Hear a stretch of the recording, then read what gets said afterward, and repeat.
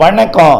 செல்வகுமாரின் அதிகாலை வானிலை ஆய்வறிக்கை. அதிகாரப்பூர்வ வானிலை அறிக்கைக்கு இந்திய வானிலை ஆராய்ச்சித்துறை அறிக்கையை பார்க்கவும்.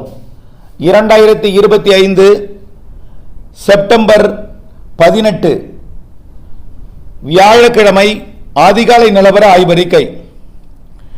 நேற்றைக்கு தமிழ்நாட்டிலே அனைத்து மாவட்டங்களிலும் மழை பெய்தது. ஆனால் ஒதுக்கியும் இருந்தது, மிக பலத்த மழையும் பொழிந்திருக்கிறது.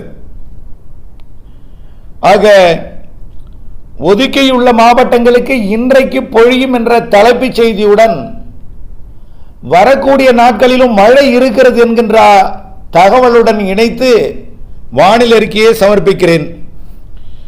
நேற்றைக்கு எங்கெல்லாம் அதிக மழை பொழிந்ததுன்னு பார்ப்போம். முக்கியமான இடங்களை மட்டும் பார்ப்போம். கிடைக்கப்பட்ட தகவலின் அடிப்படையில்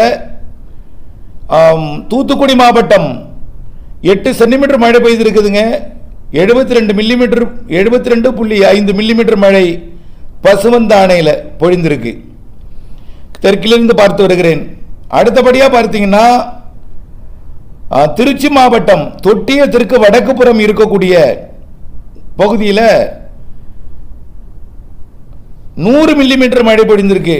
கோடங்கிப்பட்டியில் அதற்கு தெற்கு புறம் இருக்கக்கூடிய 8 சென்டிமீட்டர் மழை பொழிந்திருக்கு. 80 மில்லிமீட்டர் மழை 70 மில்லிமீட்டர் மழை 7 சென்டிமீட்டர் மழை பொழிந்திருக்கு. அதே போல தொட்டியத்திற்கு வடக்கு புறம் ஏழுப்பட்டியில் 100 மில்லிமீட்டர் மழை 10 சென்டிமீட்டர் மழை பொழிந்திருக்கு. இது எங்கன்னா நேர கரூருக்கு வட கிழக்கே.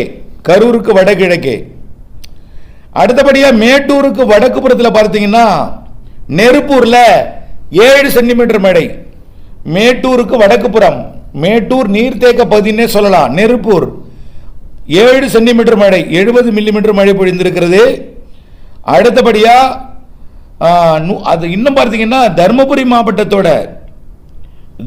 மாவட்டம் மற்றும் சேலம் மாவட்டம் எல்லை பகுதின்னு சொல்லலாம். பொம்மிடிக்கு வடக்கு புறம் இருக்கக்கூடிய ஒரு பகுதி. அங்கே பார்த்தீங்கன்னா பி மல்லாபுரம், அது வந்து 112 மில்லிமீட்டர் 11 சென்டிமீட்டர் மழை 11 சென்டிமீட்டர் மழை பொழிந்திருக்கிறது அங்கே. அடுத்தபடியாக பார்த்தீங்கன்னா கிருஷ்ணகிரி மாவட்டத்தில் குருப்புறப்பள்ளி 8 சென்டிமீட்டர் மழை 80 மில்லிமீட்டர் மழை. அடுத்தபடியாக பார்த்தீங்கன்னா தும்மலப்பள்ளி